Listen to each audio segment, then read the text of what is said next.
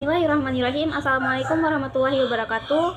Saya Nur Nadia Hasanah. Di sini saya akan menjelaskan tentang HAM dan perlindungan hukum di Indonesia. HAM adalah hak asasi manusia yang mengacu pada hak-hak yang melekat pada setiap manusia hanya karena keberadaannya sebagai makhluk manusia.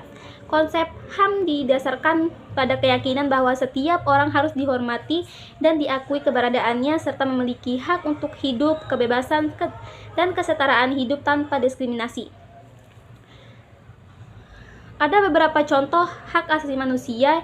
Yang pertama, hak atas kebebasan berbicara, kebebasan beragama, kebebasan dari perlakuan yang tidak adil atau diskriminasi, hak atas pendidikan, hak atas perlindungan dari kekerasan atau penyiksaan, hak atas hak politik dan partisipasi dalam pemerintahan, dan hak atas privasi.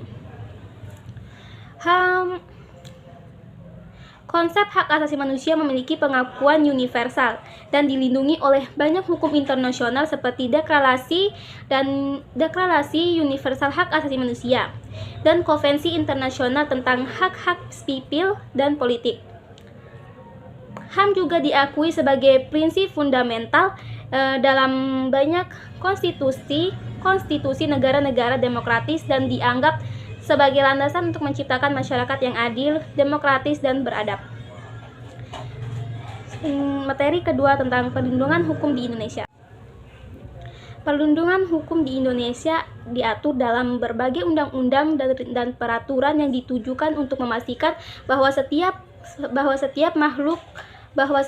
orang memperoleh hak-haknya secara adil dan merata, serta mencegah terjadinya pelanggaran terhadap hak-hak tersebut.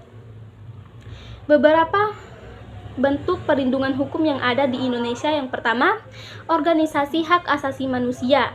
Ada beberapa organisasi dan lembaga yang bertugas memantau dan melaporkan pelanggaran hak asasi manusia di Indonesia seperti Komnas HAM, LBH, dan lain-lain.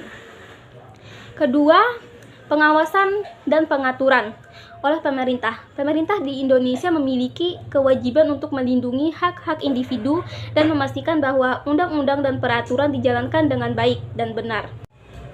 Namun, meskipun ada berbagai bentuk perlindungan hukum yang tersedia saat ini, terkadang masih terjadi pelanggaran hak asasi manusia di Indonesia. Oleh karena itu, masih ada ruang untuk perbaikan Islam perlindungan hukum di Indonesia.